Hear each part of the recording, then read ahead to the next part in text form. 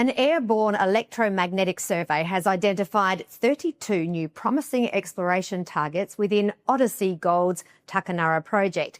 Tuckanarra, near Murchison in Western Australia, has been of interest to miners over many decades. There are 5 existing open pits there, along with other historical workings. Now, Odyssey, which trades on the ASX under the code ODY, is introducing modern mining techniques to reveal the project's real potential. Executive Director Matt Syme is in the Hot Copper studios today. Matt, run us through the latest. Hello, Sonia. Lovely to see you again.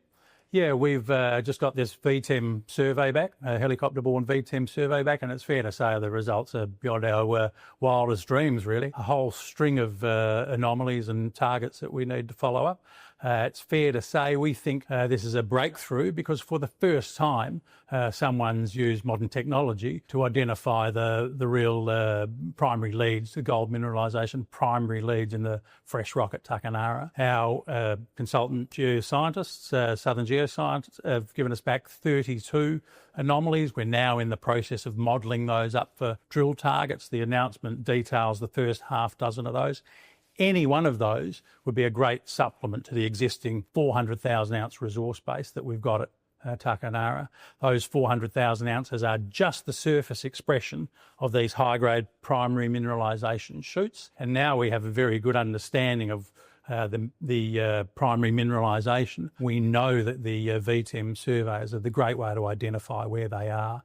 And as I say, 32 anomalies. We've got a lot of work ahead of us to follow those up and drill some targets. Now, am I right that the resource that you do have there already at Tuckanarra is actually quite shallow too? Yes, that's right. So in the first phase of our exploration, we really just drilled out around the existing 5 pits. They themselves were in fact just mined where the original prospectors 100 years ago mined the high-grade quartz veins. And so our first phase of exploration was to understand what that shallow weathered mineralisation looked like today. So we've only just started to drill into the primary mineralisation below the weathered zone, 100, 150 metres deep. And that's why we've got such a good understanding now of this sulphide, pyrrhotite mineralisation in the primary fresh rock. And of course, pyrrhotite mineralisation or sulphides are conductive, and that's why they light up in the EM survey. And let's not forget, Matt, Odyssey already has a resource there, don't they? So the existing resource, as I say, is the shallow weathered resource, 407,000 ounces at 2.5 grams. That of itself is a really good start because that's mostly, as I say, a weathered laterite and oxide mineralisation, which has really good metallurgical characteristics, soft ore to mine, obviously close to surface. So we've started work on a mining study for mining that material, that ore, and processing it at any of the nearby mills. There's 8 million tonnes of capacity in the mills nearby. But most particularly, we've recently reached an agreement with our joint venture partner, a TSX-listed company called Monument Mining, who wants to restart their Burnakura process plant. That's about 30 kilometres to the east of us. They want to upgrade that plant to 750,000 tonnes per annum. That would be the perfect processing solution for our sort of oxide and laterite ore. So we think we've got a really exciting development proposition emerging there. This mining study that we're undertaking now will be the first stage of quantifying what that looks like. There's a whole bunch of really important advantages we have as an emerging developer. Most of those resources we have, as I say, are shallow laterite and oxide mineralisation, so very good metallurgical characteristics, very easy to start mining without a lot of capital up front. Most importantly, they're on mining leases, or 3/4 of those resources are on mining leases, so we can start mining very quickly.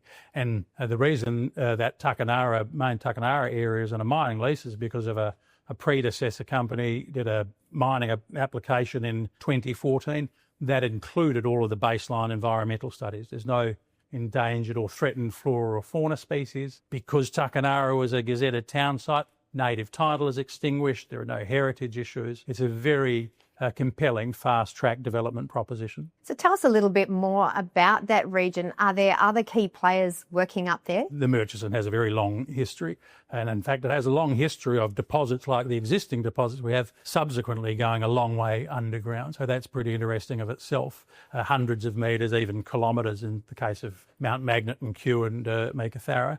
The big players are today Ramelius down at Mount Magnet. They also are in the process of acquiring developing Spartan Resources and the Dalgaranga project. But then there's also West Gold with Tuckanarra, mills at Tuckanarra and Bluebird up near Meekatharra.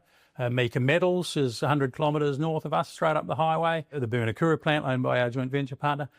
2+ gram open pit ore. We could even haul as far away as Catalyst up at Plutonic or down to Kirkalocka in the south as well. Lots of activity, lots of exciting exploration in front of us, and as I say, a very compelling emerging development opportunity as well. So Matt, what happens next now, and how soon could Odyssey move into production? Well, the study will quantify that, at least in the first instance for us, and we expect that study will be out in the middle of this year. Goldfields Technical Services are doing that now.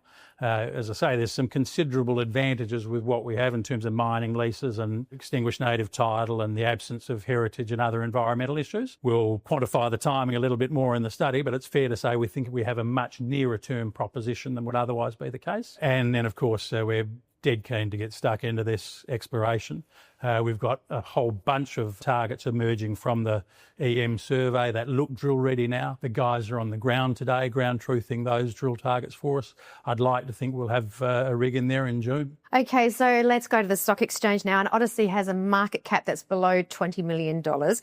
With what you now know, does that do Odyssey justice? And I also note that Taylor Collison have rated Odyssey a buy.